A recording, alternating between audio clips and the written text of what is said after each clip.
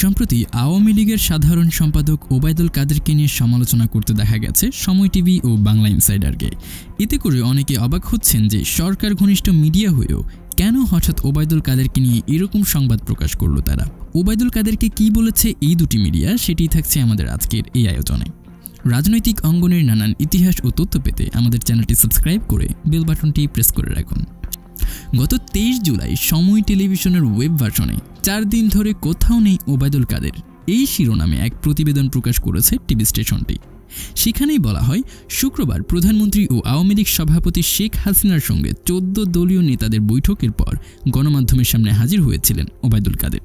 কারফিউর মধ্যে কিংবা কারফিউ শিথিল থাকা অবস্থায় স্বাস্থ্য খাতের অধীনে থাকা বিভিন্ন ক্ষতিগ্রস্ত স্থাপনা পরিদর্শন করেছেন স্বাস্থ্য ও পরিবার কল্যাণমন্ত্রী ডাক্তার সামন্ত লাল সেন। দেশজুড়ে ইন্টারনেট এখনও চালু করা না গেলেও প্রতিদিনই গণমাধ্যমে এ বিষয়ে হালনাগাদ তথ্য দিয়ে যাচ্ছেন ডাক টেলিযোগাযোগ ও তথ্য প্রযুক্তি প্রতিমন্ত্রী জুনাইদ আহমেদ পলক। নাশকতাকারীদের সন্ত্রাসী কার্যক্রমে ধ্বংসযজ্ঞে পরিণত হওয়া ডাটা সেন্টার সহ বিভিন্ন স্থাপনা পরিদর্শন করেছেন তিনি। বিদ্যুৎ খাতের পুড়িয়ে দেওয়া পাওয়ার স্টেশন সহ বিভিন্ন স্থাপনা পরিদর্শন করেছেন বিদ্যুৎ জ্বালানি ও খনিজ সম্পদ প্রতিমন্ত্রী নসরুল হামিদ। এছাড়া প্রায় প্রতিদিনই বিদ্যুৎ খাত নিয়ে কথা বলছেন তিনি। দেশের নাগরিকদের দিচ্ছেন নানা আশ্বাস। ত্রাণ ও দুর্যোগ প্রতিমন্ত্রী মুহিবুর রহমানও পরিদর্শন করেছেন ক্ষতিগ্রস্ত স্থাপনা। বিজ্ঞান ও প্রযুক্তিমন্ত্রী ইয়ারফেস ওসমানও সংবাদ সম্মেলন করে গণমাধ্যমকে তুলে ধরেছেন ক্ষয়ক্ষতি ও ধ্বংসের খতিয়ান। এছাড়া পররাষ্ট্রমন্ত্রীও কূটনীতিকদের অবহিত করেছেন সাম্প্রতিক বিষয়গুলো। এত সবের মাঝে কোথাও দেখা যায়নি ওবায়দুল কাদেরকে, অথচ সবচেয়ে বেশি তাণ্ডবলীলা চলেছে যেসব প্রতিষ্ঠান ও স্থাপনায়, সেগুলোর বেশিরভাগই তার মন্ত্রণালয়ের অধীনে। ঢাকাবাসীর স্বপ্নের মেট্রো রেলের কাজীপাড়া ও মিরপুর 10 স্টেশন একেবারে গুড়িয়ে দিয়েছেন নাশকতাকারীরা। সেটিও দেখতে যাননি ওবায়দুল কাদের। পরপর 2 দিন এই এলাকা পরিদর্শন করেছেন মেট্রো রেলের ব্যবস্থাপনা পরিচালক। মহাখালীর সেতু ভবনে চালানো হয়েছে নারকীয় তাণ্ডব ও লুটপাট। এরপর ঘটনাস্থল পরিদর্শন করেছেন সেতু বিভাগের সচিব। কোথাও নেই দায়িত্বপ্রাপ্ত মন্ত্রী ওবায়দুল কাদের। হানিফ ফ্লাইওভার, এলি টোল প্লাজা এবং সড়ক পরিবহন ও সেতু মন্ত্রণালয়ের আরও কিছু স্থাপনায় ব্যাপক নাশকতা চালালেও এই নিয়ে কথা বলতে কিংবা কোথাও উপস্থিত হতে দেখা যায়নি ওবায়দুল কাদেরকে। শুক্রবার 14 দলের বৈঠক হওয়ার কথা ছিল ধানমন্ডিতে আওয়ামী লীগ সভাপতির কার্যালয়ে। আওয়ামী লীগ সহ 14 দলের অন্য নেতাদের সঙ্গে বসেছিলেন ওবায়দুল কাদেরও, কিন্তু পরে বৈঠকটি গণভবনে সরিয়ে নেওয়া হয়। সবশেষ সোমবার 14 দলের বৈঠক হয় জোটের সমন্বয়ক ও আওয়ামী লীগের উপদেষ্টা মণ্ডলীর সদস্য আমির হোসেন আমুর বাসায়। সেখানেও ছিল না ওবায়দুল কাদেরের উপস্থিতি। এদিকে বাংলা ইনসাইডার তার বিষয়ে প্রতিবেদন শিরোনাম করেছে কাদেরকে নিয়ে টালমাল আওয়ামী লীগ। সেখানে তারা লেখেন, টানা 3 বারের আওয়ামী লীগের সাধারণ সম্পাদক তিনি। দলে তার কর্তৃত্ব এবং ক্ষমতা আওয়ামী লীগ সভাপতির পরপরই। সারাদিনই দলীয় কার্যালয়ে কিছু না কিছু বলেন। সংবাদ সম্মেলন করে নানা বিষয়ে বক্তব্য রাখাকে তিনি রীতিমতো একটি রেওয়াজে পরিণত করেছেন। কিন্তু সেই ওবায়দুল কাদেরকে নিয়ে আওয়ামী লীগে এখন নানা রকম অস্বস্তি এবং প্রশ্ন উত্থাপিত হচ্ছে।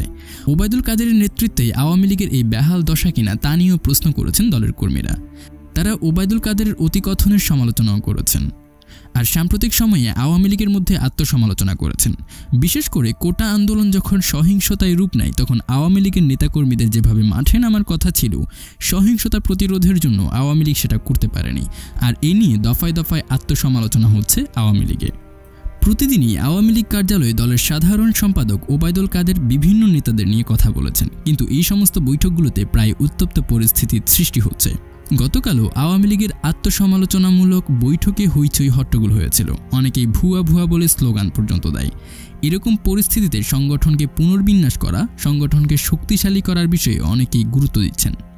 ওবায়দুল কাদেরকে নিয়ে সাম্প্রতিক সময়ে যে প্রশ্নগুলো এবং সমালোচনাগুলো উঠেছে তার মধ্যে রয়েছে অতিকথন। ওবায়দুল কাদের অতিকথন করেন। সারাক্ষণই তিনি বিভিন্ন বিষয় নিয়ে কথা বলেন এবং এই সমস্ত কথাবার্তার মধ্যে অনেক সময় মাত্রা জ্ঞান ঠিক থাকে না, যার ফলে জনমনে অস্বস্তি হয়। এই কারণে তার কথার লাগাম টেনে ধরা উচিত বলে অনেকেই মনে করেন। সিনিয়র নেতাদের পাত্তা না দেওয়া। অনেকেই বলেছেন যে আওয়ামী লীগের প্রেসিডিয়ামে যুগ্ম সাধারণ সম্পাদক হিসেবে, সাংগঠনিক সম্পাদক হিসেবে অনেক চৌকর জনপ্রিয় এবং মাঠের নেতা রয়েছেন। কিন্তু তাদের কাউকেই কথা বলতে দেওয়া হয় না। প্রতি সংবাদ সম্মেলনে কেন ওবায়দুল কাদেরকে কথা বলতে হবে? সব বিষয়ে তিনি কেন সংবাদ সম্মেলন করবেন? এই প্রশ্ন উঠেছে আওয়ামী লীগের ভেতর থেকেই।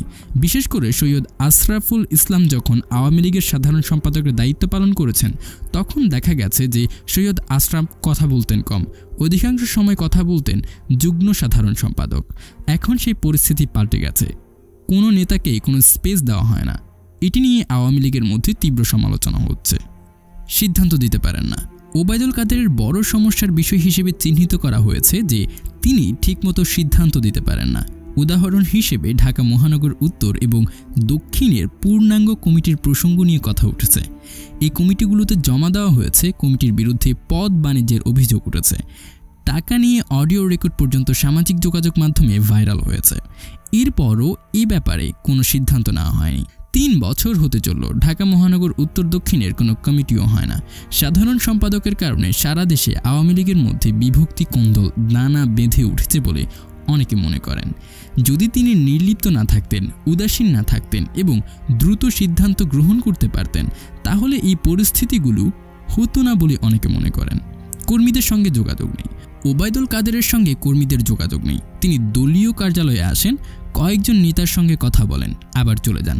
কর্মীদের সাথে অনেক সময় রুট ব্যবহারেরও অভিযোগ রয়েছে। কর্মীরা বলেছেন যে সাধারণ সম্পাদক যদি কর্মীদের সঙ্গে কথা বলতে না চান, তাহলে তিনি কিভাবে দল চালাবেন? সবকিছুর জন্য প্রধানমন্ত্রীর দিকে তাকিয়ে থাকা। ওবায়দুল কাদের কথা যেমন বেশি বলেন, তেমনি সব সিদ্ধান্তের জন্যই তাকিয়ে থাকেন আওয়ামী লীগ সভাপতির দিকে। নিজে তিনি কোনো সিদ্ধান্ত দিতে পারেন না। ফলে দলের নেতা ও কর্মীরাও জানেন না দলের নির্দেশনা কী। উদাহরণ হিসেবে বলা হচ্ছে, কোটা আন্দোলনের পর এখন যে পরিস্থিতি, সেই পরিস্থিতিতে করণীয় কী, সে ব্যাপারে ওবায়দুল কাদেরের কাছ থেকে সুনির্দিষ্ট কোনো দিক নির্দেশনা পাওয়া যাচ্ছে না। দীর্ঘদিন দলের দায়িত্ব পালন করছেন ওবায়দুল কাদের।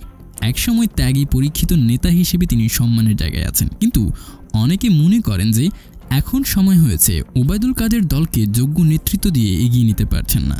এই বিষয়টি এখন আওয়ামী লীগের ভেতরই বড় হয়ে সামনে এসেছে।